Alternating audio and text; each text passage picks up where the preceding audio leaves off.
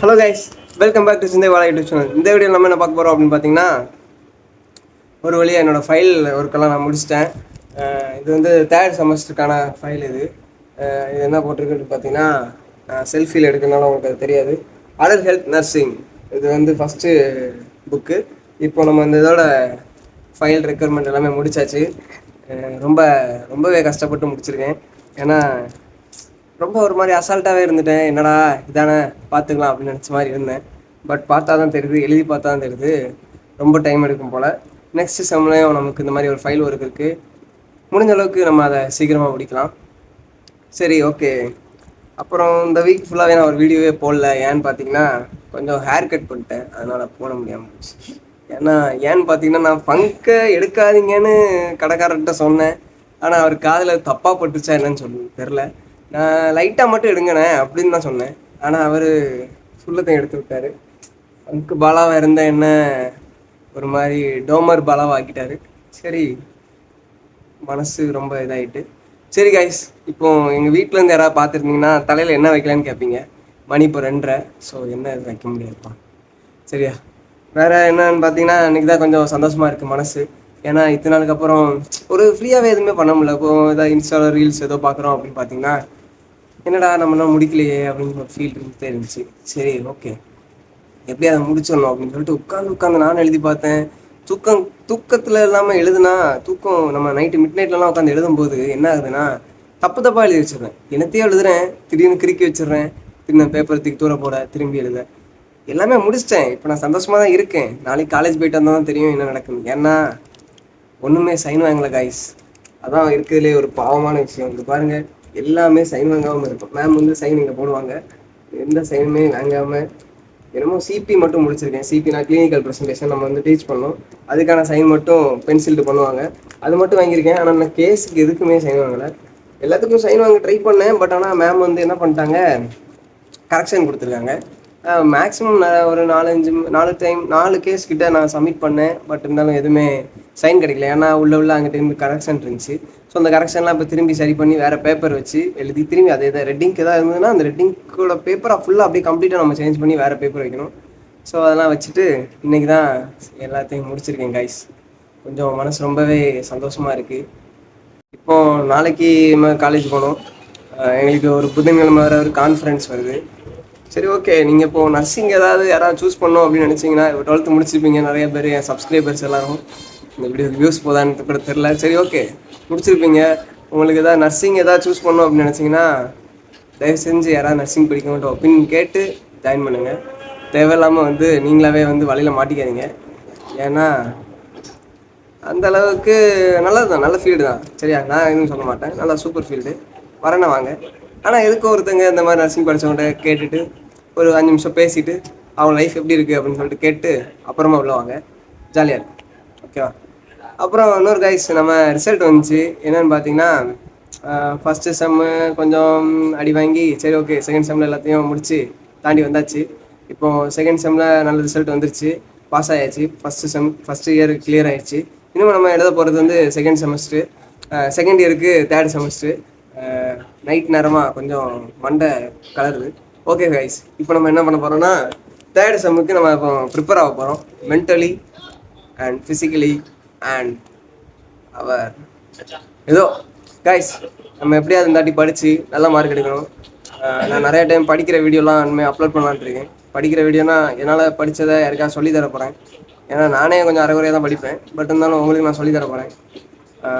எல்லோரும் பாருங்கள், பார்த்து கொஞ்சம் தெரிஞ்சுக்கோங்க. ஓகே கைஸ், இப்போது நமக்கு வந்து எப்போ டேட்டு போட்டிருக்காங்க அப்படின்னு பார்த்தீங்கன்னா, May 9 அண்ட் May 12 அந்த டேட் தான் போட்டிருக்காங்க. May 12 வேறு கோயில் திருவிழா இருக்குது. சரி, பரவாயில்ல, போகலாம். எக்ஸாம் முடிச்சுட்டு மதியம் கிளம்பிடலாம்னு நினைக்கிறேன். அது வீட்டுக்கு விடுவாங்களா என்னன்னு தெரில. சரி, ஓகே, கிளம்பி கண்டிப்பாக வந்துடலாம். ஓகே கைஸ், சொந்தங்களே, உங்களை அங்கே வந்து மீட் பண்ணுறேன். ஏன்னா அது வரைக்கும் நமக்கு லீவ் இருக்காது. எனக்கு தெரிஞ்சு இந்த ஈஸ்டருக்கு மட்டும் தான் லீவ் இருக்கும் லாஸ்ட்டு. அடுத்து நமக்கு லீவ் எதுவும் இருக்காது.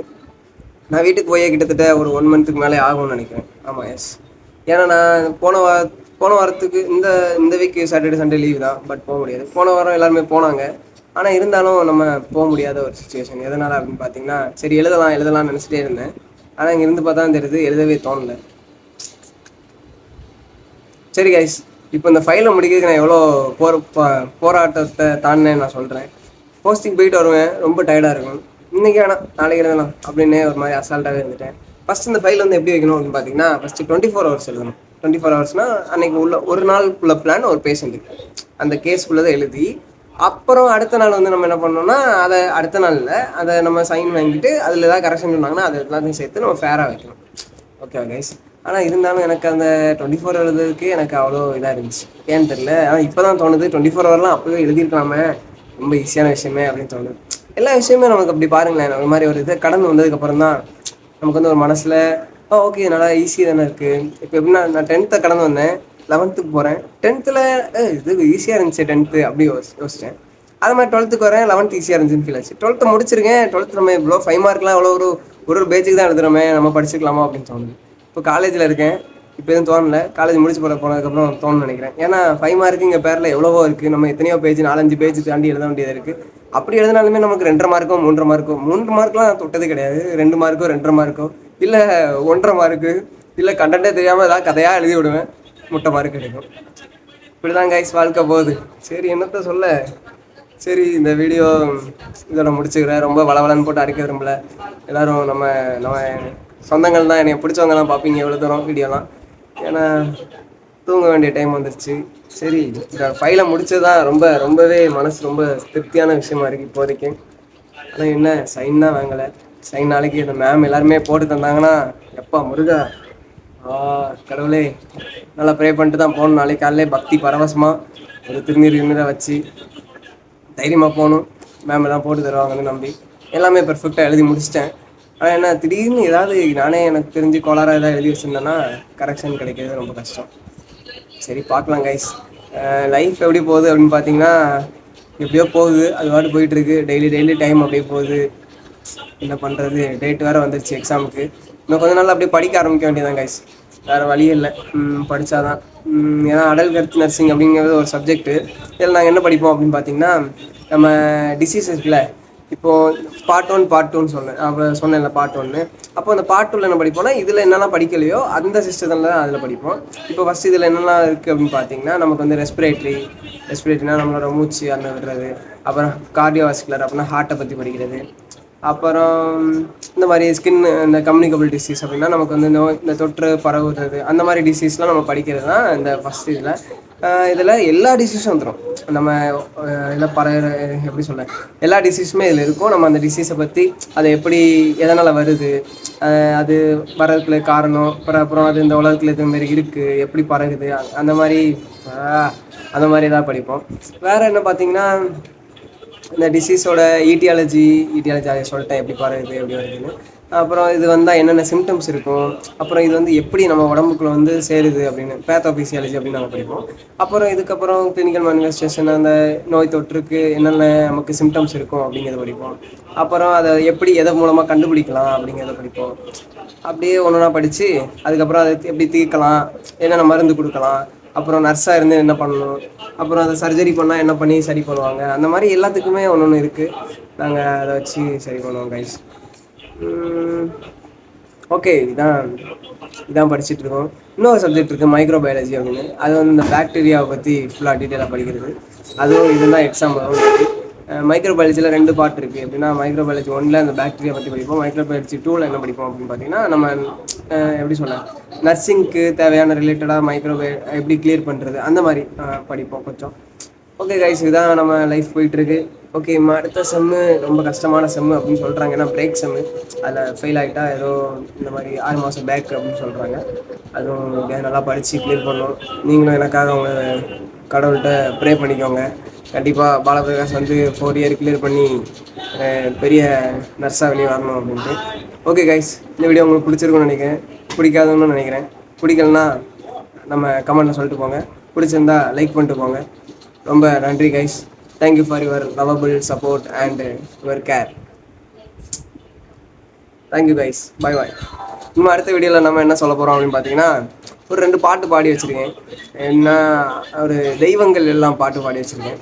அது வந்து எனக்கு அந்த பாடி போடுறத விட என் அப்பாவை ஷூட் பண்ணி போடணும்னு ரொம்ப ஆசையாக இருக்குது. ஸோ நான் வீட்டுக்கு போயிட்டு கண்டிப்பாக அப்பாவை மறைமுகமாக ஷூட் பண்ண போகிறேன். அப்பா இந்த வீடியோ பார்ப்பாங்களா என்னன்னு தெரியல, பார்த்துட்டு தான் இருப்பாங்களா இருக்கும். ஓகே, இருந்தாலும் தெரிஞ்சாலும் பரவாயில்ல. தெரியாமல் தான் நான் கண்டிப்பாக ஷூட் பண்ணுவேன். அவங்களுக்கே தெரியாமல் ஒரு வீடியோ எடுத்து கண்டிப்பாக போடலான்னு இருக்கேன்.